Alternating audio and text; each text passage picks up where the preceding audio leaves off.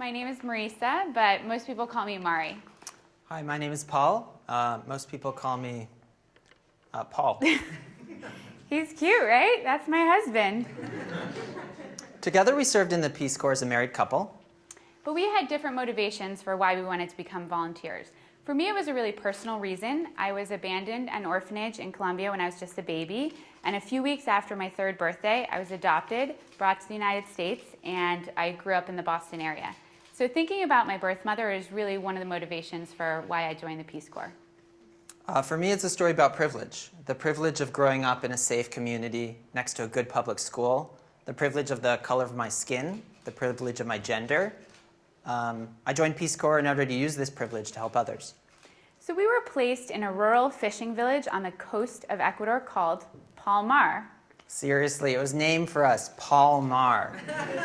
My nephew said the cutest thing when we got back. He actually asked my sister, now that Paul and Mari are home, what do they call the village? It's still called Palmar. So Palmar is a village that doesn't have a supermarket, it doesn't have a bank, and it has just one paved road.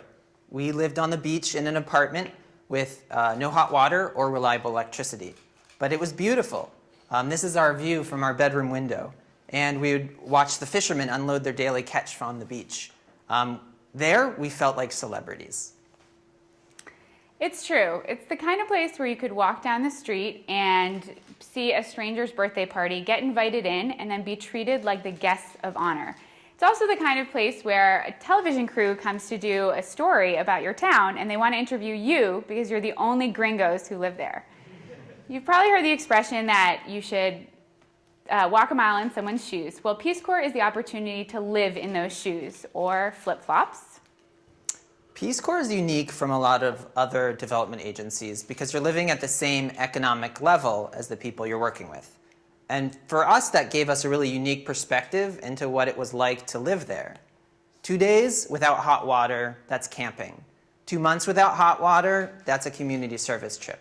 But 2 years without hot water, and you're beginning to understand in a very small way what it's like to live in poverty. So we got to site and we started to understand what life was like for our neighbors, but we had much to learn. Early in our service, we took a trip to the Peace Corps training headquarters, which was about 16 hours away by bus. We went there for a special event where 4 women from our area who had never left the province, had never left the coast, were going to talk about a micro-enterprise that we had started together. So we met them in their town, and together we went to Guayaquil, which was the major city in our area. We were in the Guayaquil bus terminal. It's half shopping mall, half bus terminal combined. I had been there before, so I was familiar with it. So I'm pulling along Gina's broken bag, which is on wheels and leaning to one side, pointing out the restrooms, the ticket window, the food court. And we only had about 20 minutes to eat and catch our next leg of our bus, which was about 12 hours. And the women kind of had 10 minutes of discussion about what lunch to eat. In the end, they decided on the same almuerzo, or typical lunch they could get in town, like a chicken and rice dish. But it meant that we didn't have a lot of time to get to our gate. It was on the 3rd floor, and here I'm running kind of a little bit ahead of them towards the escalators, and everyone stops. At this point, I'm frustrated, I'm impatient. It wasn't my best moment. And I'm urging them to get on the escalator, and they just won't. At that moment, I think we're going to miss our bus. So now I'd like you to consider this trip from the perspective of one of the women who traveled with us. I woke up early before the sun rose. I brought in the clothes from the line. I folded them. I heated up all of the hot water for my family's baths. Then I started to make breakfast. My sister came because she was going to stay with my family while I was away. She gave me her one good sweatshirt because the mountains are supposed to be cold. Then I went to go meet Mari and Paul and the other ladies, and we headed to Guayaquil to the bus terminal. I was so scared the entire time because I've only heard that Guayaquil is a violent city and that people rob you at the bus terminal. So I was just scared the entire time. We headed over to the food court, and I saw all of these really expensive foreign restaurants, and I didn't know what to choose. There were so many choices. We don't have these kind of choices in my village, so when Gina suggested that we just get the chicken and rice that we always get, I said, yes, that sounds comforting. Then we headed over to the escalators, and I have never been on this machine before. It's going so fast. I looked up and I thought, I'm gonna fall, I can't do this. So we had the next 12 hours on the bus to think of the same experience in the bus terminal, but in this second perspective. A quote that kept running through my mind was, "Be kind, for everyone you meet is fighting a hard battle." And it reminds me to try to think of the world from someone else's perspective and to realize that sometimes when people don't do something, it's not because they don't want to. It's actually because they feel like they can't. So instead of getting frustrated in that moment, I could have really made an effort to understand what big of a struggle it was even to go on this trip. And it's hard. Sometimes when you're hungry, you're tired, your energy is spent on that. And it's hard to think about others. We have a default. And our default is to simplify life, to create shortcuts, to turn things into black and white, to say that this person's mean, that person's lazy. But what if there's no black and white? What if there's just gray? It can be really difficult to see that gray. It takes a certain amount of energy and effort to step outside of ourselves and into understanding others. But we argue that you should try. Empathy is what made us successful in Peace Corps. Humans are social animals, and empathy is important in building connections between people. We empathize to create a shared sense of belonging, and it's crucial when you're a Peace Corps volunteer and you're removed from your friends, your family, and your culture. We learned a strategy in Peace Corps training with the unfortunate initials of DIE, or describe, interpret, and then evaluate. And basically, it's a shortcut to try to think about the interpretation before jumping to conclusions. So for example, often people would stare at us on the buses, and we could decide that this was annoying and get really frustrated, or we could describe the situation, which is people are just looking at us, interpret it from their point of view. We're new to the neighborhood, they don't know us, they maybe haven't seen that many people that look like us before, and then evaluate that this is actually not meant to be hostile or rude, but is a real natural response. So this is our baby daughter, and in the field of design thinking, this is called approaching the world with a beginner's mind. It means entering into any situation completely open, stripping away all prejudgment, and we really use this framework a lot during our service, and specifically working with a women's group in a nearby town.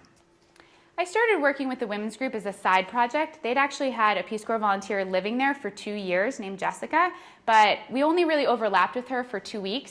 They lived in a town 30 minutes away by bus from us, and I started going to the meetings, and I actually loved what they were doing. They created recycled art projects, and they were doing it just for fun, 5 of them, and then they started to make these beads out of magazine paper, and they would roll them by hand, and they're beautiful. People say that they look like they're glass, or they're ceramic, or they're some other material. I realized that this kind of product, this high-quality product, could become a business, so we started to commercialize it. Paul started coming to meetings, and it became my official project. In the beginning, they only had a name, Mujeres Cambia, and a logo, but not much else. So early on, we had to understand what were the daily struggles that these women faced on the coast. And so we did a lot of research. We did surveys. We also conducted interviews with different members. And we found that they faced a lack of education, a lack of confidence, and a lack of power. Basically, they were suffering from the effects of living in a machismo or male-dominated society. This photo was taken after a parade that the women were in. They were the only women's group in the parade. And you'll notice around them in the photo, you can only see men on the street. And that was really common on the coast because men had the freedom to be out there and women were usually at home cooking, cleaning, and taking care of the kids. The name Mujeres Cambia means women change, and it's a call to action to positively impact the lives of women, so that's what we set out to do. So what if we could create a business that could balance financial power within the home and at the same time improve self-esteem for our group members? And that's exactly what we did. We generated $30,000 for families earning under than $300 a month, which was significant. Our products are sold in airports, in retail stores, on cruise ships in Germany, US, and Ecuador. and on mujerescambia.com, which you can visit. So those are some of the highlights, but for me, the real successes were meeting the women's primary needs, were helping them to build their skills and self-esteem, and finally empowering them to be leaders and change makers. As you can imagine, as they were making all this money, they really were changing the dynamic in their home, the power dynamic in the home. Some of the husbands were supportive, others not so much, but in the end, none of the women had to leave the group. However, in the case of Jenny, one of the founders, we thought in the beginning she might not be able to continue. So Jenny's husband did not give her permission to leave the house. She wanted to join the group, so we brought the group to her. We met in a 10-foot by 15-foot space with 18 members. So we were cramped, but we were together. We met there twice a week until we had the opportunity to move into our own workshop, which was great until we found out that she did not have permission to move down to the workshop 4 blocks away. We were devastated. In the case of Gina, who was voted the first president of the organization, her husband was really supportive. She was making money right away, and she enlisted the help of her husband and her kids to help roll the beads and create the jewelry. She actually told me that her husband, who works as a night watchman, would be sitting in his little booth at night, all night long, rolling those beads. Something I wish I could have seen in person. And Jenny's husband eventually did give her permission to leave the home. And it was great that he did, because she became a leader in the group and a role model for her 2 daughters, Stephanie and Aurelis. And I worked really closely with Jenny because we were managing the group's books. We eventually trained her to become the treasurer, and later she became the president after we left. Additionally, she represented the groups at nearby events and won her personal freedom. So some of the husbands took a little bit more convincing. In the case of Betsy, the organization's vice president, she would come to meetings and that was fine, but we noticed that she never volunteered to come with us traveling to sales events. So at the end of towards the end of our Peace Corps experience, we had done this women's empowerment retreat workshop, and we had planned it and really wanted Betsy to be there. She was the heart and soul of the organization. She's such a sweetheart, and we wanted her to attend. But she said, no, I really don't think my husband's going to let me, and I have too much work to do anyway. We thought that she might just be scared to go ask him, so we went with her to talk to him. We went to their house, we explained what the retreat was all about, and we made a plan with her about what friends and family could help to take care of her kids and her family while she was away. And Betsy was able to attend the event and said, this was the best experience of my life. She also said, the next time I want to go on a trip, I'm going to go. And she did have that opportunity 2 months later, representing the group at a huge artisan fair that was very successful for the group, and we raised several $1,000s from that fair. I think the reason why the husbands came on board and were supportive is because we had early wins. We gave the women an opportunity to make money. When they did, their husbands realized it wasn't an empty promise. I think they were also really happy that money wasn't so tight at home. As you know, or may have heard, there are studies that say that when you invest in women, they reinvest in their families and in their children's future. And we found that this was the case on the coast. We also used empathy to understand the bead making process. So I sat side by side early on to learn how they did their beads. I'd done them before, but not quite with their process. And I learned that it was tedious, time-consuming, and overly complicated. So I created a bead measurement tool that the women could use to cut the bead making time in half. So this bead that Gina's holding up right now, that took 30 minutes to make that one bead. Now it takes less than 15 minutes, and the women can teach other women more quickly, and the business can grow. So women were making a lot of money through our group, but at this time, they weren't savings. We found that one woman didn't have enough money to pay for a taxi ride to a local hospital when there was emergency. So we said, how can we use empathy to help? So I sat down with each member and we created financial diaries. Basically, we put together daily revenue and expenses for each individual family, both their husband and themselves. And once a week, we'd talk about really where the money went. And we found 2 things from doing this. One was that they really didn't understand exactly how much their husbands made. There wasn't that conversation within the home. And 2, they did want to save, they just didn't know how to start. So we did 2 things to address these needs. We created a savings program. We created bank accounts for each member, and when they were able to save 20% of what they made in that given month, they would receive a raffle ticket, and we'd have monthly raffles where they could win prizes. This was enough the intention was to create incentive in order to people get over that hurdle and to start saving. The other thing we did was a social loan fund. The social loan fund is short-term microloans, and the idea here was to create a safety net for these families. And since it's been very popular and very successful, and it's grown from our initial investment to over $1,000. So as we were growing, we got more bulk orders and orders from the website. And this meant that consistency of product was more important.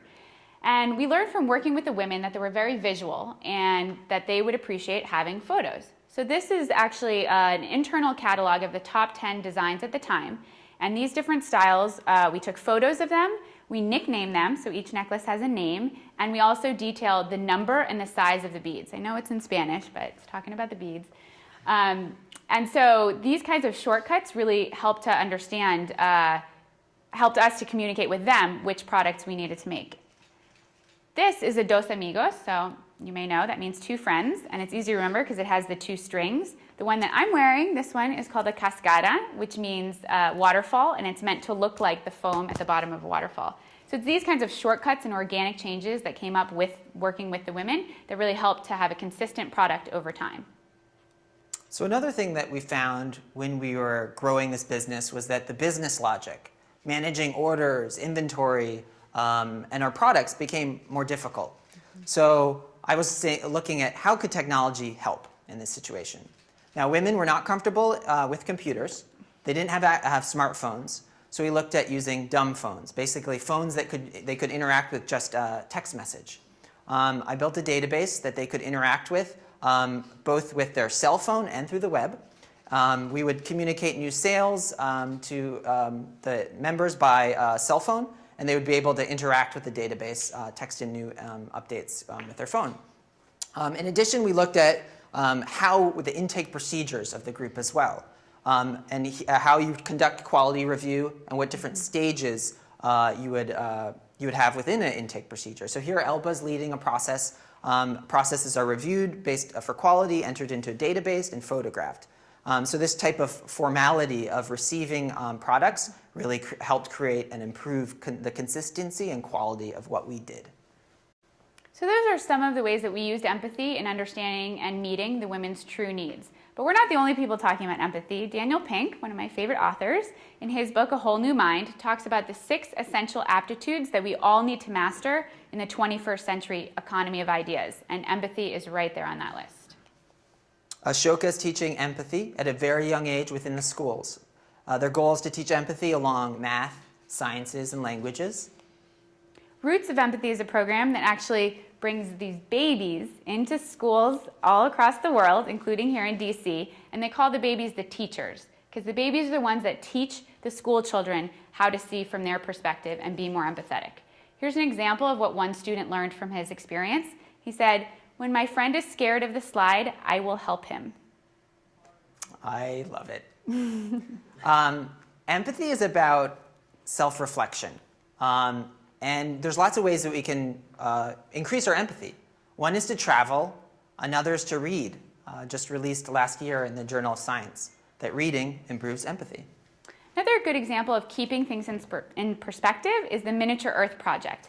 And it distills the world's population into a village of 100 people. And then it tells you about the villagers. So for example, if the world were a village of 100 people, only 7 of them would have a college degree. That means that probably most of you in this room are or will become one of those just 7. Another really great example of empathy is This Is Water by David Foster Wallace. And he wrote this as a commencement speech to the Kenyan college class of 2005. He talks about the default perspective, but he talks about how we have a choice to break free from that default. He writes, "The really important kind of freedom involves attention and awareness and discipline and effort. And being able to truly care about other people and to sacrifice for them over and over in myriad, petty, little, unsexy ways every day." That is the best definition of Peace Corps service I have ever heard. One of the best ways that you can become more empathetic is to join the Peace Corps. Thank you. Thank you.